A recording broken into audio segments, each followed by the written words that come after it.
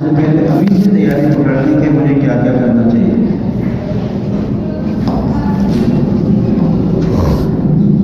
یہ دو تین باتیں ہیں، باقی ایسی تفصیلات پھر آتی رہیں گی انشاءاللہ۔ البتہ عمرے کے بارے میں بتا دیتا ہوں۔ عمرے میں 5 چیزیں کرنے کی ہوتی ہیں۔ عمرے کی ایسی عمارت ہے جس میں 5 ستون ہیں، جس میں 5 ستون ہیں، اور حج کے اندر 9 ستون ہیں۔ عمرے میں 5 اور حج کے اندر 9۔ ذہن میں تصور کر لیجیے کہ کوئی ایسی خوبصورت عمارت ہے جو 5 ستونوں پر بنی ہوئی ہے، اور حیرت کی بات ہے کہ اسلام کی بنیاد بھی 5 باتوں اسلام کی بنیاد بھی 5 باتوں پر ہے۔ بیچ میں کلمہ طیبہ رکھ لیجیے: نماز، روزہ، زکوٰۃ اور حج۔ اسلام کی بنیاد 5 باتوں کے اوپر ہے، عمرے کی بنیاد بھی 5 باتوں پر ہے۔ ان میں سے عمرے کے اندر 2 فرض ہیں، 3 واجب ہیں۔ 2 فرض ہیں اور 3 واجب ہیں۔ یہ انگلیوں کے اشارے سے میں بتا رہا ہوں کہ عمرے کے اندر جو ہے 5 انگلیوں کے برابر کام کرنا ہے بس۔ فرائض و واجبات کو آپ کنٹرول کر لیں تو انشاءاللہ آپ کا حج بھی قبول ہو جائے گا، عمرہ بھی قبول ہو جائے گا، اور کسی قسم کا غم بھی نہیں آئے گا، اور کوئی چیز آپ سے چھوٹے گی بھی نہیں۔ سب سے پہلے عمرے کے اندر سب جانتے ہیں کہ احرام باندھا جاتا ہے، یا گھر سے باندھ لیں، ایئرپورٹ پر باندھ لیں، یا ایئرپورٹ پر باندھ لیں، نیت جہاز میں بیٹھ کے کریں۔ اور نیت میں کوئی مشکل بات نہیں، جب ارادہ ہو جائے احرام باندھ لیں تو یہ نیت کرنی ہوتی ہے 2 رکعت پڑھ لیں، لیکن 2 رکعت پڑھنا فرض واجب نہیں ہے۔ میں پہلے جو بنیاد عرض کر رہا ہوں کہ بنیاد کیا ہے۔ آپ نے احرام پہن لیا اور یہ نیت کری: اللہ میں حج کا ارادہ کر رہا ہوں، عمرے کا ارادہ کر رہا ہوں، آپ اس کو میرے لیے آسان بنا دیں، قبول فرمائیں۔ آسان کام نہیں کر رہا، بتا رہا ہے کہ مشکل کام ہے، جبھی تو آسانی کی دعا سکھائی جا رہی ہے۔ اور پھر یہ کہا جا رہا ہے: اللہ اتنی محنت مشقت کے ساتھ جاؤں گا، محنت مشقت کے ساتھ جاؤں گا، قبول بھی فرما لیجیے۔ یہاں ایک لطیفہ بھی یاد آ رہا ہے، وہ لطیفہ بھی بہت محبت پر مبنی ہے، میرا مزاج نہیں ہے ہنسنے ہنسانے کا بیانات کے اندر، لیکن بعض باتیں دل کو لگتی ہیں کہ ایک جو ہے فشتو کھولنے والے آج پہ چلے گئے، آج کے اندر مشقت، محنت، یہاں جانا وہاں جانا، نہ ٹائم ٹیبل ہو رہا ہے، نہ کوئی کھانے پینے کا کوئی ایسا ہو رہا ہے، اور بھیڑ اور رش و ہجوم، سواری مل رہی نہیں مل رہی، اچھا خاصا قیامت کا منظر ہوتا ہے، اور کیوں نہ ہو قیامت بھی اسی میدان میں ہونی ہے۔ تو وہ اس نے جب حج کیا، حج کرنے کے بعد اس نے کہا کہ اے اللہ، میں بہت دور سے آیا ہوں۔ میں نے کہا تھا ہے تو یہ بظاہر لطیفہ، لیکن دل کی گہرائیوں کی بات ہے، ہر انسان کا اللہ سے تعلق ہے۔ اللہ بہت دور سے آیا ہوں، بہت تھکاوٹ بھی ہوئی، بہت مشقت بھی اٹھائی ہے، یا اللہ گھومتا پھرتا رہا ہوں، تجھ سے معافی مانگتا رہا ہوں، یا اللہ اب تو معاف کر دے، اب تو معاف کر دے، بہت تھک گیا۔ اور سن لے اگر تو معاف نہیں کرے گا تو میں مدینہ شریف جا کے تیرے پیغمبر سے کہوں گا، تیرے نبی سے کہوں گا کہ تیری شکایت کروں گا تیرے نبی سے کہ اللہ مجھے معاف نہیں کر رہا۔ تو یہ محبت کی باتیں ہیں، حقیقت ہر انسان کے اپنے انداز ہوتا ہے، اس کو جو بات سمجھ میں آئے اللہ یا تو معاف کر دے، نہیں کرے گا تو تیرے نبی کو شکایت کر دے گا۔ اب اگر اسی بات کو آگے بڑھایا جائے، اللہ جل شانہ حضور کی بات رکھتے ہیں، حج حج ہی کے موقع پر ایک بار حضور پاک صلی اللہ علیہ وسلم نے عرفات کے میدان میں یہ دعا فرمائی کہ اللہ مظلوم کو جنت دے دے، ظالم کو معاف کر دے، مظلوم کو جنت دے دے، ظالم کو معاف کر دے۔ کیا شان ہے میرے نبی کی، کیا شفقت ہے کہ دونوں کا بھلا چاہ رہا ہے۔ کیا دعا فرمائی؟ مظلوم کو تو جنت دے دے، اس پر ظلم ہوا ہے، ظالم کو معاف کر دے۔ کہیں ملے گا ایسے انسان دنیا کے اندر جو ظالم کی بھی بخشش چاہتا ہو؟ عرفات میں آپ نے دعا فرمائی، وہاں سے خاموشی آئی، کوئی جواب نہیں آیا۔ اس کا منظر اور مطلب یہ نظر ہم لوگوں کو کم فہموں کو سمجھ میں آیا کہ شاید مرضی الہی نہیں ہے کہ نہیں، مظلوم کو معافی ملنی چاہیے، ظالم کو سزا ملنی چاہیے، اور وہ خاموشی آئی۔ اللہ صلی اللہ علیہ وسلم مظلوم کو جنت دے دے، ظالم کو معاف۔ اور عرفات کے میدان میں جہاں پتہ نہیں کیا کیا فضائل ہیں اس کے، اور جو صلی اللہ علیہ وسلم منتظر رہے کہ وہاں سے کال آ جائے، جبریل امین آ جائے، وحی آ جائے، منتظر تھے کہ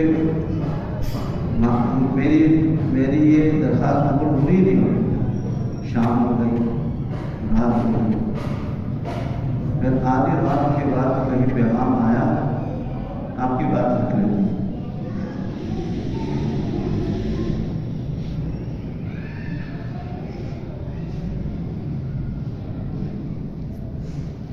آپ کی بات رکھ لیتے ہیں، ٹھیک ہے، ظالم کو معاف کر دیں۔ تو بھائی یہ حج عمرہ نام ہی اس کا ہے کہ قدم قدم پر آدمی اللہ سے معافی مانگتا رہے اور اپنی کیفیت بنانے کی کوشش کرے۔ اور کیفیت بنتی ہے جب آنکھوں میں آنسو آ جائے تو پھر سمجھ لو آپ کا یہ حج عمرہ سب ہو۔ انسان اللہ کی بارگاہ میں ایک آنسو کے چند قطرے ہی تو ٹپکا سکتا ہے، اور کیا کر سکتا ہے؟ اس کے ہاتھ میں ہے کیا سوائے اس کے کہ یہ آنکھوں کے چند قطرے اللہ کی بارگاہ میں پیش کرتا ہے۔ اور ایک اور حدیث میں ہے کہ آنکھوں کے قطروں کی، ایک آنسو کے قطرے کی، تو قطرہ بھی کتنا، مکھی کے پر کا پتہ نہیں 10واں 20واں حصہ، بالکل ذرا سا حصہ، اتنا بھی کسی شخص کی آنکھوں میں پانی آ جائے یا اس کے گال پر وہ قطرہ ٹپک جائے، حدیث شریف میں مکھی کا کوئی تہائی حصہ، چوتھائی حصہ، بالکل ذرا، اول اس کا پر کتنا بڑا ہوتا ہے، پھر اس کا ذرا سا حصہ اگر آنکھوں میں تیر جائے، اللہ پاک نے اس کی قیمت یہ رکھی ہے کہ دوزخ کی آگ کو اس کے اوپر حرام کرا، اتنے سے آنسو کی۔ تو یہ حج عمرہ جو ہے اپنی کیفیت بنانے کا نام ہے۔ اور کیفیت کیسے پیدا ہوگی؟ ان چیزوں کو پڑھے جو رسول کریم صلی اللہ علیہ وسلم نے حج کے اندر، آپ نے جو حج کیا، حج کے مسائل بھی سنے بھی، پڑھے بھی، اور توجہ سے پڑھے اور پورے خلوص کے ساتھ پڑھنے کی کوشش کرے، اور اللہ سے رو رو کر کے مانگتے رہے تو ساتھ میں کھا اور یہ کیفیت بن جاتی ہے، یہ کیفیت بن جاتی ہے۔ ذرا ٹائم لگتا ہے، اگر کسی کو عادت ہے اپنے آنسو گرانے کی اللہ کے سامنے، وہ تو فوراً جو ہے اس کے آنسو ٹپک پڑتے ہیں، اور اللہ کی بارگاہ میں وہ اپنی جان کا نذرانہ پیش کر رہا ہے، اللہ میں آپ کی بارگاہ میں، میرے پاس اس سے آگے کوئی چیز نہیں ہے۔ اس کی مثال یہ بھی ہے کہ جب بہن بیٹی رخصت کی جاتی ہے، وہاں بھی آخر میں یہ آنسو کے قطرے ہی اس کو رخصتی کا ساتھ دیتے ہیں، یہ آنسو کے قطرے ہی ہمارا ساتھ دیتے ہیں کہ اپنی بہن بیٹی کو کس دل، کس غم، کس درد کے ساتھ بہن بیٹی کو رخصت کیا جاتا ہے۔ ہم نے اور آپ نے بھی اپنی بہن بیٹی دیکھی ہوگی، وہ منظر یاد کر لیں کیا کیفیت کا منظر ہوتا ہے۔ دن بھی، یہاں تک کہ والدین کے انتقال پر بھی آنسو نہیں نکلتے، لیکن جب کسی کی بہن بیٹی کی رخصتی ہو رہی ہوتی ہے اور جس بےتابی سے ہو رہی ہوتی ہے، پتھر دل میں موم ہو جاتے ہیں، پتھر دل میں موم ہو جاتے ہیں۔ پھر آدمی بس یہی کر سکتا ہے اللہ بس سب سے رہنے والا۔ کسی نے ایک جگہ لکھا کہ والد نے اپنے داماد سے کہا بیٹا میں اپنے جگر کا ٹکڑا دے رہا ہوں، سامان کے رکھ لینا، عزیز نہیں دینا، اگر برداشت نہ ہو سکے تو مجھے میری چیز واپس لوٹا دے۔ تو ایک محبت کی درد کی کیفیت ہے۔ تو میں آپ سے یہ کر رہا تھا کہ حج عمرے میں اگر آنسو ساتھ دیتے رہیں گے، آپ کی منزل آسان بھی ہوتی رہے گی، خوشگوار بھی ہوتی رہے گی، اور دلچسپی بھی اس کے اندر پیدا ہوتی رہے گی۔ تو یہ سفر ہے۔ اور میں نے کہا تھا کہ حدیث شریف میں تو فتبا کرو، دعا کے اندر رونے کی کوشش کرو، رونا نہ آئے تو منہ بنا لو، منہ آدمی بنا سکتے ہیں۔ منہ بنانے کی مثال اگر میں یہ کہوں، معصوم جو چھوٹے چھوٹے بچے ہوتے ہیں، ان کے ہاتھ میں اگر ٹافی ہو، آپ ان کے ہاتھ سے ٹافی لے کے ان کے منہ دیکھیں، بڑا خوبصورت منظر ہوتا ہے، بڑا دل فریب منظر ہوتا ہے جب اس کے چہرے کے تیور بدل رہے ہوتے ہیں، اس کی آنکھوں میں آنسو آ رہے ہوتے ہیں، اور وہ جو ہے اس کی کیفیت کیا دل فریب منظر ہوتا ہے جی۔ اور وہ رونے جیسا منہ بنا، رونے سے پہلے منہ بنتا ہے اس کا۔ تو یہ میں مثال دے رہا ہوں، پھر وہ پڑھتا جائے، تو میں مثال دے رہا ہوں حدیث میں کہ اگر رونا نہیں آیا تو رونے جیسی منہ بنا۔ ہمارے اور آپ کے سامنے جو مانگنے والے آتے ہیں، وہ کتنے عاجزی انکساری کے ساتھ رونے کے انداز میں ہم سے بات کرتے ہیں، حالانکہ ان کا فن ہی ہے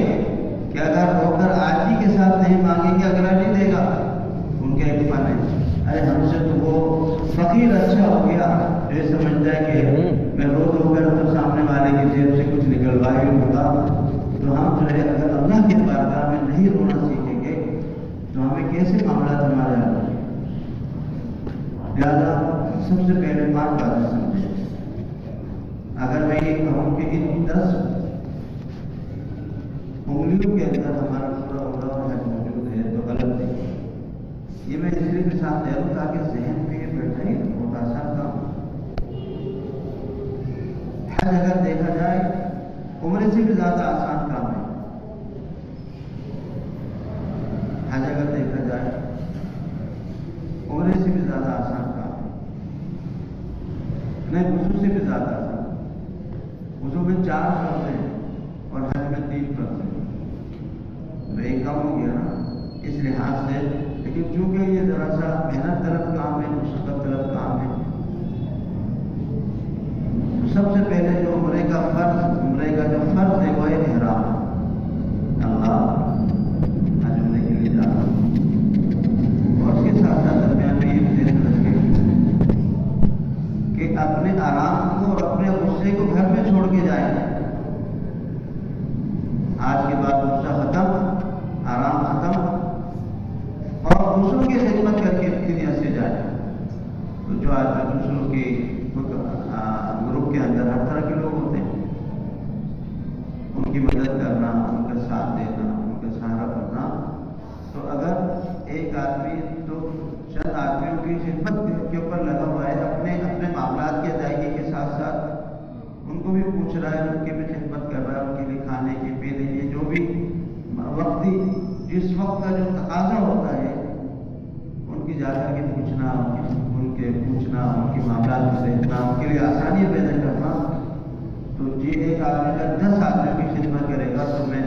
یقین سے کہہ سکتا ہوں اللہ اس کو 10 آدمیوں کی برابر سزا چاہے جب آپ ان کی خدمت کریں گے، اور چونکہ وہاں اجنبیت ہوتی ہے شروع میں، تو کوئی کسی سے جلدی سے کام نہیں کہتا ہے، تو آپ کام پر نہیں، آپ بغیر کام کے میں ایک سامان دیتا ہوں، یہ چیز میں سامان لیتا ہوں، میں آپ کو یہاں سے سامان لے دیتا ہوں، واش روم چاہیے کہاں ہے واش روم میں آپ کو پتہ کر کے دے دیتا ہوں، میرے پاس ٹیبلیٹ رکھی ہوئی ہے نزلہ بخار زکام کی، آپ کو کوئی پرابلم ہو رہی ہے، یہ بھی قصہ ہے اس کا کہ اس میں ٹیبلیٹ وغیرہ دوائی وغیرہ ایسی رکھی جائے،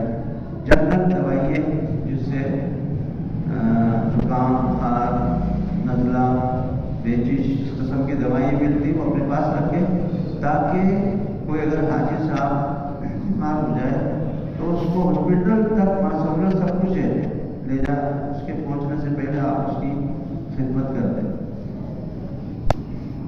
تو ایک تو یہ کہ احرام یہ فرض ہے، اور دوسرا یہ کہ خانہ کعبہ کے 7 طواف یہ فرض ہے۔ اب اس میں جو ہے اکڑ کر چلنا اور کندھا نکالنا، کندھا خالی کرنا، احرام کی چادر سے 3 چکروں میں اکڑ کر چلنا، یہ سب بات کی باتیں ہیں، یہ سب بات کی باتیں۔ پہلے آپ اسٹرکچر مضبوط کریں، آپ کسی بھی عمارت کے لیے پہلے پلر کھڑے کرتے ہیں، پہلے حج کا پلر کھڑا کرتے ہیں تاکہ آپ کو سکون ہو جائے کہ ہاں یہ بنیاد میں نے کھڑی کر دی۔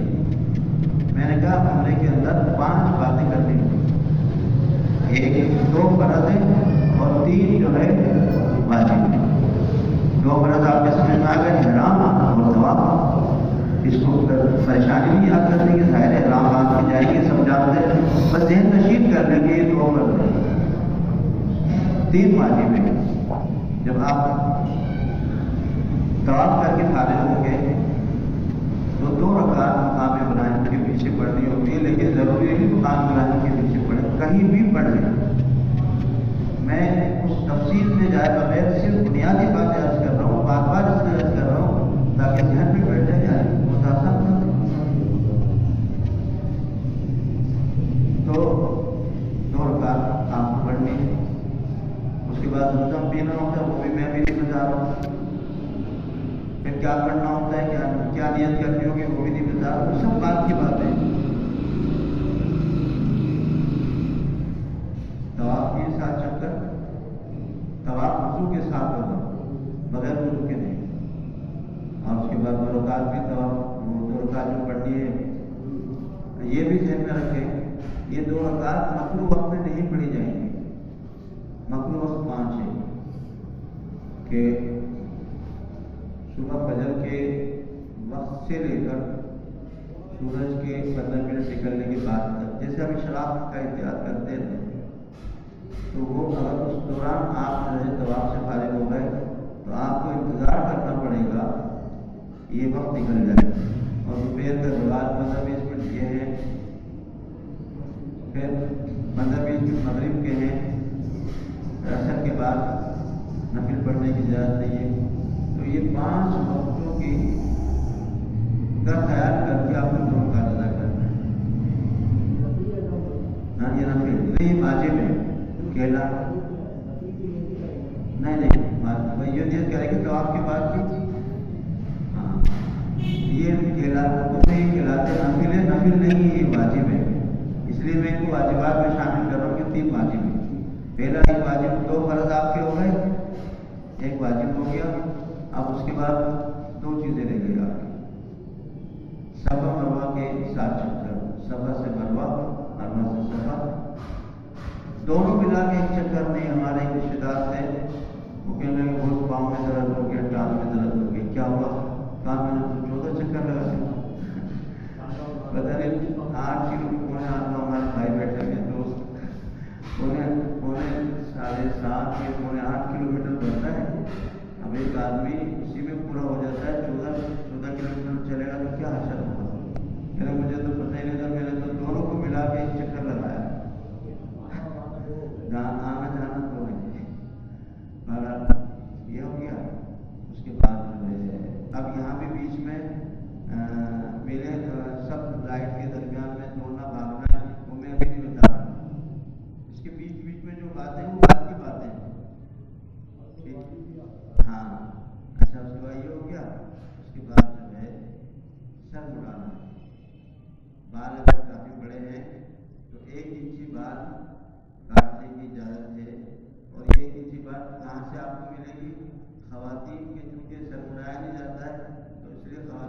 کہا جاتا ہے 1 انچی 1 پونے کے برابر بال کاٹنا ہے، وہی حکم بڑے بالوں والوں کے لیے ہے جن کے بڑے بال ہیں، لیکن اگر بال چھوٹے ہیں تو پھر ان کو مشین بھی نہیں، ان کو جو ہے طرف کروانا ہوگا۔ یہ ہو گیا آپ کے 5 باتیں ہو گئی، ہاں یہ آپ کا کپڑا پورا ہو گیا۔ اب اس کے بعد جو ہے جائیں نام بولیں اور اس کے بعد سارے احرام کی پابندیاں ختم۔ اب یہ بھی ذہن میں رکھیں جب آپ احرام میں آئیں گے تو 3-4 باتوں کا خیال کریں کہ آپ کی خلاف ورزی نہ ہو جائے۔ ایک تو یہ کہ خوشبو نہیں لگا سکتے، اچھا خوشبو لگاتا بھی نہیں وہاں پہ آدمی، اس کو ایک طرف رکھیں، لیکن پتہ ہونا ضروری ہے نا، جو آدمی خوشبو لگانے کے عادی ہوتے ہیں کپڑوں میں نہیں ہونا چاہو احرام کے عادی خوشبو لگانا بیٹھ جائے، ہاں یہ ضرور ہے۔ نے جب احرام پہننے کی نیت کی تو آپ نے جو ہے اپنے احرام کی چادر میں خوشبو لگائی اور آپ نے اپنی ماں مبارک کے اندر جو ہے خوشبو لگائی، عائشہ کہتی رضی اللہ تعالیٰ عنہ آپ کے احرام سے بھی پھر آپ نے نیت کر لی، آپ کے احرام کی خوشبو آتی تھی اور آپ کے سر مبارک سے بھی خوشبو آتی تھی جی۔ تو یہ بھی تفصیلات میں بیچ میں اشارہ دیتے جا رہا ہوں، اصل اسٹرکچر تو ہم نے پکڑنا ہے کہ اس طریقے سے ہاں ایک تو یہ کہ وضو وغیرہ کریں جائیں تو بال نہ ٹوٹے، آپ کے بال نہ ٹوٹے۔ اچھا ناخن بھی آدمی نہیں کاٹتا ہے، احتیاط کرے ناخن بھی نہیں کٹے، اور جو زیادہ غلطی ہوتی ہے نا وہ بالوں کے ٹوٹنے سے ہوتی ہے، بالوں کے ٹوٹنے کی بھی تفصیلات ہیں۔ تو آدمی یہاں بھی یہ سمجھ لیں کہ اگر احرام کی حالت میں گئے، آرام کرنے کی نوبت آئی اور چادر آپ نے اپنے اوپر لے لی تو بدن کے اوپر جو ہے بستر کے اوپر آپ نے دیکھا سفید چادر میں بال پڑے ہوئے ہیں سر کے یا بدن کے، خود بخود جو بال گر جائیں اس سے بھی کچھ فرق نہیں پڑتا، وہ انسان کے اختیار میں نہیں۔ اور ایک یہ کہ میاں بیوی کے معاملات کی باتیں بھی نہیں ہونی چاہیے، معاملات تو بہت بڑی بات ہے۔ میاں بیوی کے اگر سر پٹ پر جو ہے زیادہ تو شیئرنگ بھی کپڑا ملتا ہے، لیکن اگر وہ شخص اپنا الگ سے روم لینا چاہے تو قطعی اجازت نہیں ہے، بات بھی کرنے کی اجازت نہیں ہے، معاملات تو دور کی بات ہے۔ اللہ تعالیٰ کے گھر کا احترام ہے کہ یہ معاملات کا وہاں بھی ہوا نہیں ہونی چاہیے اس کی۔ اور اس کے بعد خالدوں نے جب اچھا ایک سوال میں بتا دوں، ویسے لوگ یہ سمجھتے صاحب ہم نے پورا کر لیا اور اب ہمیں جو ہے روم میں گنجائش مل گئی، جو سیپریٹ روم والے ان کو تو گنجائش ہر وقت مل جاتی ہے، تو میاں بیوی کے معاملات کرنے کی اجازت ہے حج عمرے کے دوران، یعنی احرام سے فارغ ہو کر، ہاں احرام اتار دیا۔ اچھا جو شیئرنگ والے ہوتے ہیں جیسے 5-5 کمروں کے لوگ ہوتے ہیں، اس میں بس اوقات یہ ہوتا ہے کہ وہ روم میٹ لوگ جو ہے وہ کہیں گئے ہوئے ہیں، پھر آدمی کو موقع مل گیا، تو یہ مطلب نہیں کہ ضرور یہ کام کرے، لیکن اگر طبیعت کا تقاضا ہو تو میاں بیوی کے معاملات کرنے کی اجازت ہے۔ بہت سے لوگ یہاں پہ غلط فہمی کھاتے ہیں، صاحب جو ہے ہر عمرے میں تو 40 دن تک ہم کیسے برداشت کریں گے ان معاملات کو؟ تو بھائی بات یہ کہ غلط فہمی مسائل سیکھ لو تو سب کچھ آسانی ہو جائے گی انشاءاللہ۔ تو یہ ذہن میں رکھیں کہ یہ آپ کا ہو گیا عمرہ پورا۔ ایک تو آپ کو بالوں کا خیال کرنا ہے، ناخن نہیں کاٹنے، میاں بیوی کے تعلقات کی اجازت نہیں ہے، خوشبو لگانے کی اجازت نہیں ہے۔ یہ بنیادی چیزیں ہیں، لیکن 2-3 چیزیں اور ہیں کہ وہاں جو حرم شریف کے اندر جہاں کہیں بھی پودے لگے ہوئے ہیں ان کو چھیڑ چھاڑ کر کے پتے وتے توڑنے کی اجازت نہیں ہے۔ اور ایک اور چیز لکھی، اگرچہ حاجی پتے نہیں توڑتا لیکن بتانا تو ضروری ہے نا۔ اور ایک یہ کہ حرام کی حالت میں شکار کرنے کی اجازت نہیں ہے۔ اب آپ کہیں گے صاحب ہم تو حج پہ جا رہے ہیں، شکار گاہ تھوڑی جا رہے ہیں، لیکن پتہ تو ہو، مثال کے طور پر اس کی شکل یوں بن جاتی ہے کہ آپ گئے وہاں پہ، آپ کا کوئی تو شکاری ہے وہ وہاں پہنچا ہوا ہے، وہ یہ وہاں کھائی دیتا ہے، آپ نے احرام پہنا ہوا ہے، یار حج میں بھی ایک دن باقی آج ہم مل کے ذرا شکار کرنے جاتے ہیں تو آپ نے بھی جو بندوق چلا دی شکار کے اوپر تو شکار ہو گیا، آپ کو ختم آ جائے گا۔ اگرچہ ایسا ممکن نہیں ہے لیکن ہو تو سکتا ہے نا۔ تو آدمی تو یہ 5-6 چیزیں ہیں، ان کی پابندی کرنی ہے، 5 باتوں کی پابندی کرنی، 5 کام کرنے، تو یہ 10 چیزیں پورا بھی ہمارا 10 باتوں میں اب انشاءاللہ اگلے جمعے کو انشاءاللہ حج کی کچھ تفصیلات ہوگی، حج کا ذکر ہوگا، اور اس کے بعد جو ہے پھر مدینہ شریف کا ذکر ہوگا۔ 3 چیز ہو گئی۔ پھر اس کے اگلے جمعے کو انشاءاللہ عمرے کے اندر جو مستحبات اور سنتیں ہیں پھر ان کی تفصیلات ہوگی جی۔ پھر ایک جمعے کو انشاءاللہ وہاں کی زیارات ہوگی، وہاں باقاعدہ زیارت کا بھی واسطہ رہتا ہے کہ وہاں کیا کیا چیزیں ہیں، اور جیسے کہ آج ہمیں شب معراج ہے، اس رات میں آپ یاد تازہ کر لیجئے کہ رکن یمانی کی سائٹ میں جو موجودہ دالان کا حصہ ہے، وہاں کوئی جگہ مجھے کسی نے بتائی تھی کہ حضور پاک صلی اللہ علیہ وسلم کو معراج یہاں سے ہوئی تھی۔ تو جیسے اس طرح کی یادگار چیزیں ہیں، محبت کی چیزیں، اور اس کے بعد جو ہے وہاں میں جو ہے غار حرا ہے، غار ثور ہے، اور حضور پاک صلی اللہ علیہ وسلم کی جائے ولادت کی چیزیں ہیں، اور اسی طریقے سے مسجد جن ہے جی، مسجد جن ہے، اور بھی بہت ساری زیارات ہیں۔ جب اس کا وقت آئے گا تو انشاءاللہ بتائی جائے گی۔ ایسے ہی مدینہ طیبہ کی مسجد نبوی کی زیارات ہوں گی، مسجد نبوی اور شہر مدینہ کی زیارات ہوں گی۔ تو اس طریقے سے یہ تقریباً اس طریقے سے معاملات چلتے رہیں گے، اور درمیان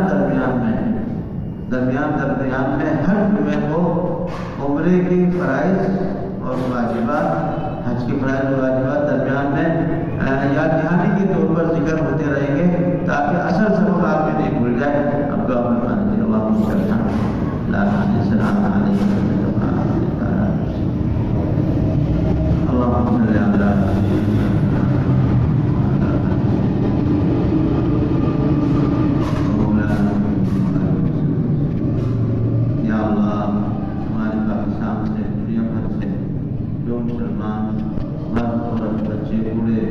حج کا ارادہ کرتے ہیں، اللہ ان کے ارادوں میں مضبوطی اور آسانی فرما دیں یا اللہ، اور یہ حج اور عمرے کو قبول فرما دیں اللہ، گھر کی بار زیارت اللہ، سفر کی جتنی بھی مشقتیں ہیں سب سے خالی فرما کر نہایت خوشگواری کے ساتھ، نہایت